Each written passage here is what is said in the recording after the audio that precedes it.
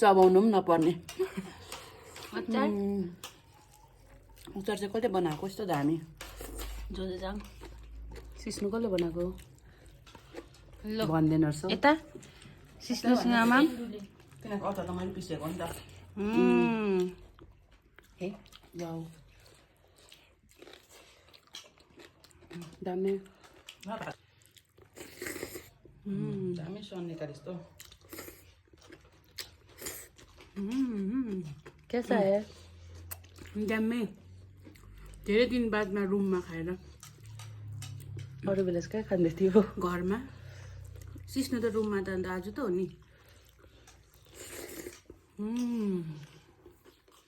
यता चाहिँ साह्रै लजाउँछ हो